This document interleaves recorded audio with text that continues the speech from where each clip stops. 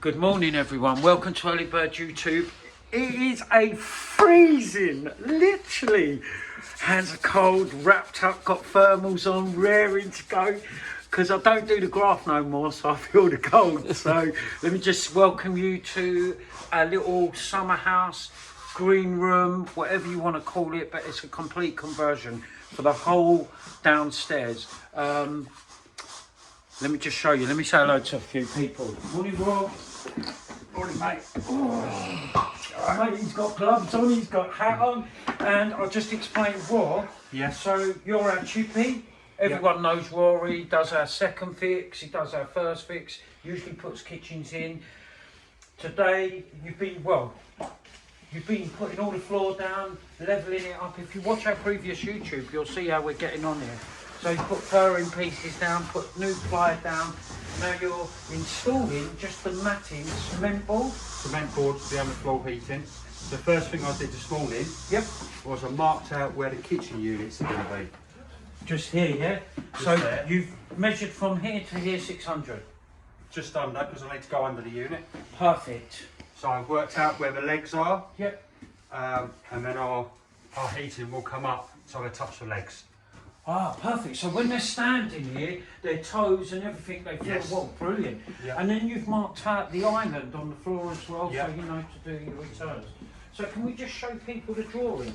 So what we do, if you just lay that out, so we have it all designed so we know where we're going and how it goes round the island, how it goes in and out. So, yeah, but thank you. No worries. Good man. It's a bit of skullduggery, it's a bit of figuring it out, how to do your returns and everything. Everyone thinks you can just lay this down, but you can't. You have to have a little bit of knowledge, you have to take time every now and then to work it out, where your runs are going, how you come back on yourself so you can get your straight runs. So it's a little bit of, not get it down, let's move on. It's a little bit of thinking, get it right, done. Get it right first time. Done. You don't get a second chance with this, do you? No. Cool. Too expensive. Cool, and now this is going to be quite a long YouTube video because it is simple. Big thanks to Brad for holding the camera. You alright, Brad? That's right, I'm good. We have got a special guest with us today. We got our Screeders in. Gary's been with us from the very beginning of Early Birds. I think it's now 9-10 years. Great guy, very knowledgeable guy. Knows what he's doing. Everyone's going to say, how can you be screeding in this weather? So the temperature's going to rise to 5 to 6 degrees today. We looked at that, made sure it's going to be fine. We've got retardant in our screed, and we've also got fibres in our screed, and we've also got frostproof. So we've taken all the precautions. The other thing is as well, we're not going to be laying anything directly on our screed. We're actually going to be laying 16mm cement board. Cement board for the underfloor heating. As you can see, it's got channels in to take all that pipe work, and cement board conducts the heat more. What's the word I'm looking for? It produces more heat with cement board, conducts more heat better than any other material, cement board. So this is why we're using it. Let me show you. Let me go and say hello. What's happening, Joe? Good morning, sir. Morning, Joe. Mate, this a kiss. How are you doing, buddy? Yeah, I'm good. You're good? So Gary's really shy, he don't really like all this, but very professional. Gary, so there's a lot that happens before you just put screed down. So the process of floor screeding, traditional floor screeding, would be that we need to incorporate a damp-proof membrane, generally a polythene of a 300 gauge, 1200 micron. Or then you put the insulation on top, Which we've done before we which is the started. silver foil product here. Yeah. And the reason why they put the polythene on top is they seem to feel that the cement in the product of the screed has an adverse effect. So we cover it all up and protect it in that sense. Yeah, so we've got 2 layers of 1200 gauge. We've got one underneath our Celotex, our insulation, and we've got one on top. So always recommend using the black. Yep. They do stipulate that you should be using a 300 micron, but anything that's over that will just be an added wearability. And then what we do for our level, obviously working off an existing property. Yeah, so what Gary's saying is, so we've asked Gary to come off of this, knowing that we've got 16 mil cement board going on top of this. So he now is going to take his datum off of this and go round and make sure, so watch what he does here. So very important. What we initially do before we start work, we track the live edge with our laser. Which is over there on the steel. And Can we turn that bit out? Turn that like that. So you can see our laser hovering on the stick. Yeah? Yep. So we'll take a level off of the highest point, which is there. See the laser? So we take our level from the highest point. Yep. We check the edge to make sure we are at the highest point, because we don't want to be lower than that edge there. And as you can see, because it's an existing building, the floor timber beams are going to have moved over the years, the duration of the property. So then we transfer that level on the highest point and we work our line around the perimeter, checking with the laser level, checking with the level.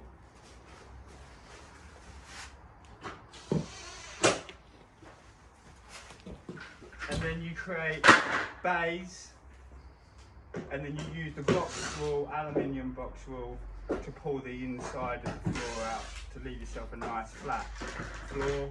Then we use a process of a trail and float for all those that are unaware what a trail and float is. This is a trail. I like to use a straight edge trail. A lot of the gentlemen like to use a pointed edge trail. I feel that whatever you've been taught with is probably the best method. That you're comfortable with, competent at using. And then this is the float. So we'll use this to float the floor up with any imperfections. And then we use the trail to close the floor. You get a nice smooth finish and you get a really durable top edge. It's very most important that you seal close the floor with your trail. And what the process is doing is raising the little bit of damp that's in the product. As you can see, it's not wet, it's just damp enough to hold its body. And then obviously with that little bit of damp, the steel on the trail brings it to the top and it gives you a really nice closed edge, closed surface. And if it's left open, then you can have a continuous wear where you've not seal hardened the top of the flooring. And that's pretty much the process of floor screeding. So, he makes that sound quite easy and there's great knowledge there. What he forgets is this young man here, Jay, he has to have an understanding of what the screeder is doing. So Gary will only be as good as the guy that's bringing the screed in, making sure it's all put in the right place, because the last thing Gary wants to do is keep moving from one space to another space, shoveling the screed over so he can get there and blah blah blah. So this guy is actually very, very important to the whole process. So we are grateful for you, young man. Good man, 17 years old, turns up for work every single day. Just for all the YouTube fans out there, you're looking at a 17-year-old floor screeder Done. who is competent to be able to go to work and achieve the result as well as any other screeder would do. And that's just a slowly, surely process. Check your work as you go and then realise that everybody was in the same situation, they was in the same environment of being a little bit unsure, and then obviously over years of experience that all goes by the wayside and you're fully skilled, competent. Credit to yourself. You enjoy it, don't you, Joe? Gentlemen. Yeah. Do you? You enjoy coming to work? 100%. Yeah, and you're learning a lot? Yeah. It's better than sitting at home playing Xbox. Yeah, and this is what we're trying to get across. Look, we have to give these youngsters, this is our future. This is your future. These guys need to be given a chance. They're allowed to make mistakes, no problems with that. No one should have a problem with that, because that's how we all learn. So it's very, very important. We're just I know we're going on a bit, but we all love our jobs. Every one of these guys that turn up and help you early birds achieve their goals has a passion for their trade, which is so important. And we handpick them, we make sure that everyone gets what we're doing. And we're just going to watch Gary go round the edge. If you just follow this for me, Brad. All the way around the edge, Harry's getting his edge, Harry's always checking his datum.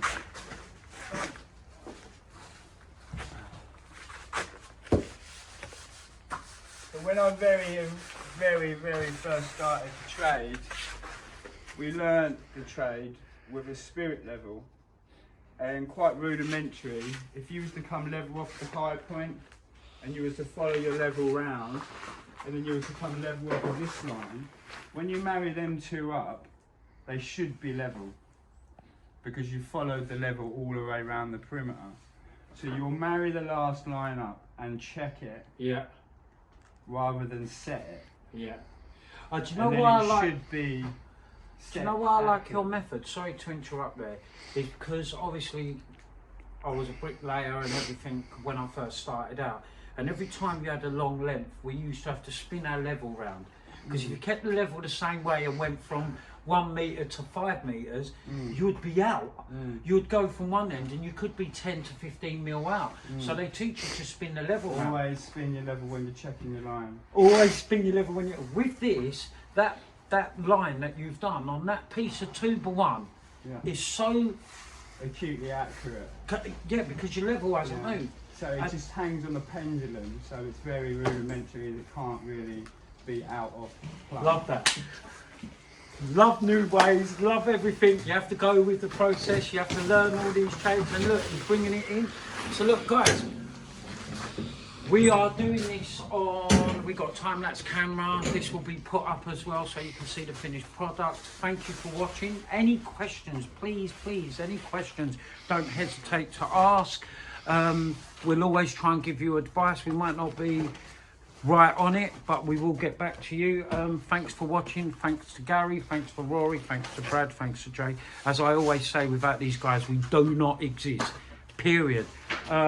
Together we build Dreams. Together we build my brother. Dreams. Together we build dreams. Look guys, ring the bell, please subscribe. It does not cost a penny to subscribe, and the reason why I want you to subscribe is because these guys are passionate about what they're doing, and it's really nice that everyone's watching what they're doing. They feel a sense of achievement. So thanks for watching, and I'll see you on the other side.